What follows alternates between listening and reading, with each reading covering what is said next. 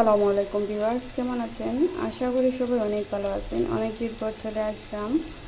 তো আজকে আমি রান্না করছি, যে দেখতেই তো পাচ্ছেন, কই মাছগুলো বেজে নিচ্ছি ভালো করে ধুয়ে। তারপর লবণ, হলুদ, গুঁড়ামরিচের গুঁড়ো দিয়ে ভালো করে বেজে নিচ্ছি।